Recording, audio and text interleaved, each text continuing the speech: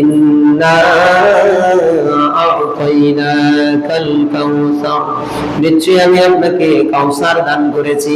ফাসাল্লি লিরাব্বিকা ওয়ানহার, অতঃপর আপনি আপনার রবের উদ্দেশ্যে সালাত আদায় করুন এবং কুরবানি করুন। সালাত করুন, কুরবানি করুন। কুরবানি করার আগে আপনাকে মুসলমান হতে হবে, সালাত আদায় করে হতে হবে। আপনার কুরবানি আল্লাহর জন্য যে দিবেন এটা আল্লাহ অ্যাকসেপ্ট করবে না, কারণ আপনি সালাত করেন না। তাহলে কুরবানির আগের কাজটা হলো সালাত। কি করতে হবে? সালাত আদায় করতে হবে। আপনি সালাত আদায় করেন না, আপনি মুসলমানই না।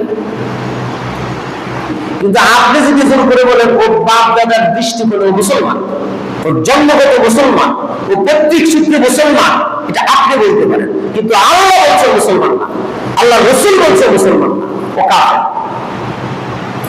তাহলে সালাত এমন একটা জিনিস, এমন একটা ইবাদত, এমন একটা আনুগত্য যেটার সাথে সকল ইবাদত গুলো সম্পৃক্ত।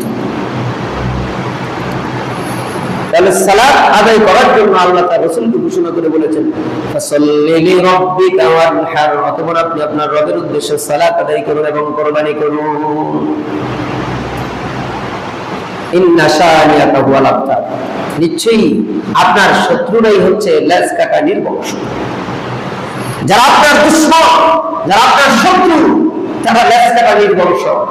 ওদের সব আল্লাহ ধ্বংস করে দিবে আপনার সাথে শত্রুতা করার কারণে।